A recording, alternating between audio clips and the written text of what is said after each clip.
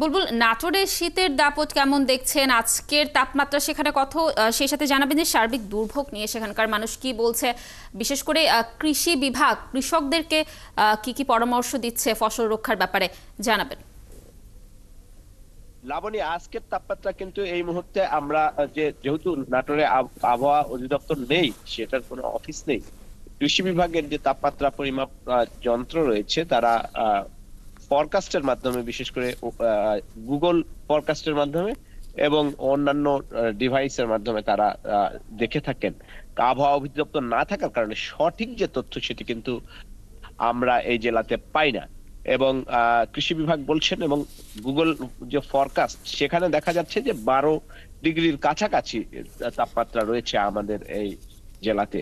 এবং কৃষি বিভাগ বলছেন যে বিভিন্ন ফসলের যে ক্ষতি হচ্ছে, বিশেষ করে সিম এবং আলু সহ বা পেঁয়াজের চারা এবং ধানের চারা, ধানের বীজ, সেই বীজতলার কিন্তু ক্ষতি হওয়ার সম্ভাবনা রয়েছে এই ধরনের কুয়াশাতে।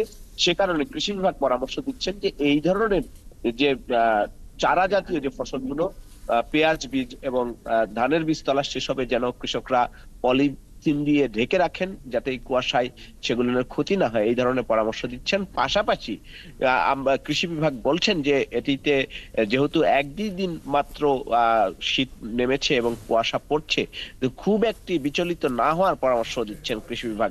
এবং আমরা দেখছি যে প্রচন্ড শীতে কিন্তু জনজীবন অনেকটা স্থবির হয়ে পড়েছে, বিশেষ করে নিম্ন আয়ের যারা মানুষ, তারা কিন্তু তাদের যানবাহন নিয়ে বের হতে পারছেন না এবং খুব কষ্টের জীবন যাপন করছেন। এবং যেহেতু বাজারে সাধারণ ক্রেতারা এবং সাধারণ জনগণ বের হচ্ছে না, সে কারণে কিন্তু এই অটোরিকশা বা ভ্যান চালক যারা রয়েছেন, সেখানে যাত্রীও তারা পাচ্ছেন না। এবং দোকানগুলোতে কিন্তু আমরা দেখছি যে ক্রেতাদের কিছুটা ভিড় কম রয়েছে। হাইওয়েতে দেখছি যে বিশেষ করে রাতের বেলা ব্যাকলাইট ছাড়া গাড়িগুলো চলছে, অটোরিকশা এবং ভুটভুটি, এই ধরনের অবৈধ যানগুলো, সেসব কিন্তু যে কোনো সময় দুর্ঘটনার কবলে পড়তে পারে। যেহেতু ঘন কুয়াশার ফলে অল্প কিছু দূরেও দেখা যাচ্ছে না, 5-10 হাত দূরেও, সে কারণে হাইওয়ে পুলিশকে এবং পুলিশ বিভাগের লোকজনকে টহল বাড়ানোর পরামর্শ দিচ্ছেন সাধারণ মানুষ। এবং তারা বলছেন যে মানুষের জীবনের চাইতে গুরুত্বপূর্ণ কিছু হতে পারে না, সেই কারণে হাইওয়ে পুলিশ যেন রাত্রেবেলা এই ধরনের অবৈধ যানগুলোকে জিরো টলারেন্স নীতি শো করে, সেটি সাধারণ মানুষ চাচ্ছেন, এবং যাতে করে এই দুর্ঘটনাগুলো রোধ করা যায়। এবং আমরা দেখছি যে জেলা প্রশাসনের পক্ষ থেকে কিন্তু এখন পর্যন্ত এত শীতেও উপজেলা প্রশাসনরাও কিন্তু কম্বল বিতরণের যে কর্মসূচি, সেটি এখনো হাতে নেননি। তবে কিছু বেসরকারি এনজিও, তারা কিন্তু মানুষকে কম্বল বিতরণ করছেন এই শীত দূর করার জন্য। এখনো এই উত্তরের জেলাগুলোতে শীতের যে প্রকোপতা, সেটি একদম জেঁকে বসে নাই, কিন্তু শীত ইতিমধ্যেই পড়তে শুরু করেছে, যার ফলে মানুষের জীবন কিছুটা স্থবির হচ্ছে। বিশেষ করে গবাদি পশু যারা পালন করেন, তাদের যে গবাদি পশুর যে ফোডার, আহ গোখাদ্য, সেগুলো কিন্তু আওর বা লারা বা ধানের যে আহ ফোডার, সেগুলোর কিন্তু সংকট দেখা দিচ্ছে এবং এগুলোর দাম বাড়ছে।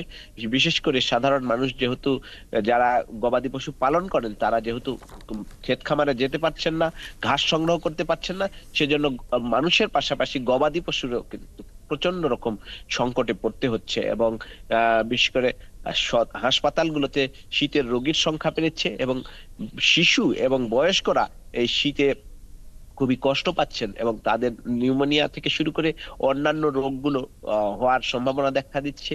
সেই জন্য স্বাস্থ্য বিভাগ বলছেন যে যাতে গরম কাপড় পরে থাকে এবং প্রয়োজনে আগুন জ্বালিয়ে যাতে তাপ নেয়, সেই পরামর্শ। বুলবুল, ধন্যবাদ আপনাকে আমাদের সাথে যুক্ত থাকার জন্য। দর্শক, নাটোর থেকে শীতের তাপমাত্রার সর্বশেষ তথ্য জানাচ্ছিলেন আমাদের সহকর্মী।